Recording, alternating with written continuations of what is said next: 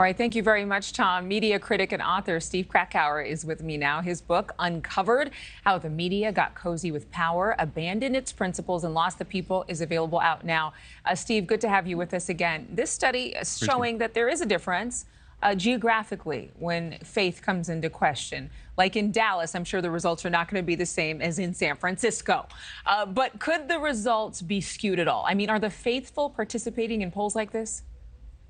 Yeah, it's a great point because, you mentioned I live in Dallas, but you even go 10, 15 minutes outside of the city center and you'll get different results, I think, on this issue, for sure, even here in Texas, even here in kind of the broader Dallas area. So I think it's a really tough question. There's a difference between a religious affiliation of how you feel personally, feelings of faith, versus how you feel when it comes to gathering in places of worship. And I think we saw in the COVID pandemic, a lot, obviously, the amount of people gathering in a church or in a synagogue, that went down massively, and a lot of that hasn't come back. But does that mean that people are less faithful? That's a really open question. And I think also just the demographics are just, it's such a unique question that changes based on the background you have. People can be traditionally conservative, socially conservative, yet vote politically, democratic. So it's a really tough one, but I think it is definitely something to watch because we know the country is basically 50-50. A lot of these issues are going to decide the margins here, and in states that are really important, like Arizona.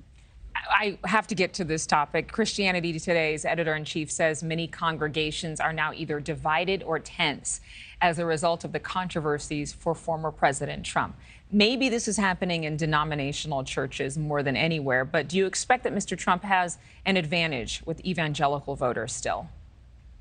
It's a tough one. Look, Donald Trump was probably the least religious, let's just say, of any of the people on the stage in 2016, and yet he was able to win largely thanks to evangelicals, to the support of Christians. At some point there just wasn't that big push, or maybe the negative side of the Trump background that came into play here. So I think we're going to see this all over again. I think that it will be an issue, and there will be questions. We'll get people like the editor of Christianity Today being asked questions about this. But when it really comes down to it, when even very religious people get into those poll booths in the primary process, especially, will that sway them one way or the other, or will they just go to Trump as it seems that they are right now?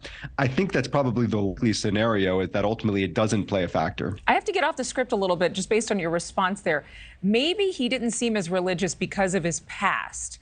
But I recall specifically a time when he welcomed all of these evangelical leaders into the White House, and they had a prayer meeting with him, and he gave voice to evangelicals and their concerns. Don't you think that's still an effective strategy and necessary, because whoever lands the evangelical vote often wins the nomination?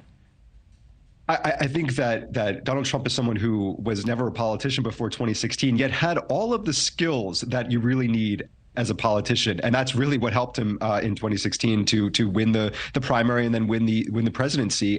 And so, yes, I think that he will embrace those that he knows he needs to have the support of.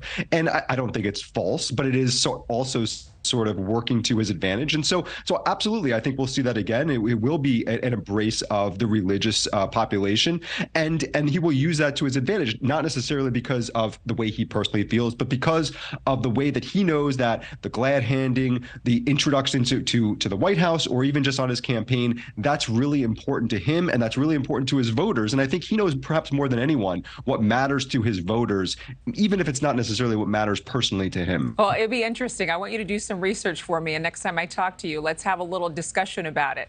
I'm just curious to see, especially as we look at the DeSantis-Trump ticket, what their beliefs are personally and what they have done to appeal to that evangelical base that is so important to the GOP. Meanwhile, Democrats can maybe brag that they have received more and more to their party who side with them, who are not as religious. So, Steve, thanks for being with us. We appreciate it. Thank you for watching. Go to newsnationnow.com to find NewsNation on your television provider. And don't forget to click the red subscribe button below to get more of NewsNation's fact-driven, unbiased coverage.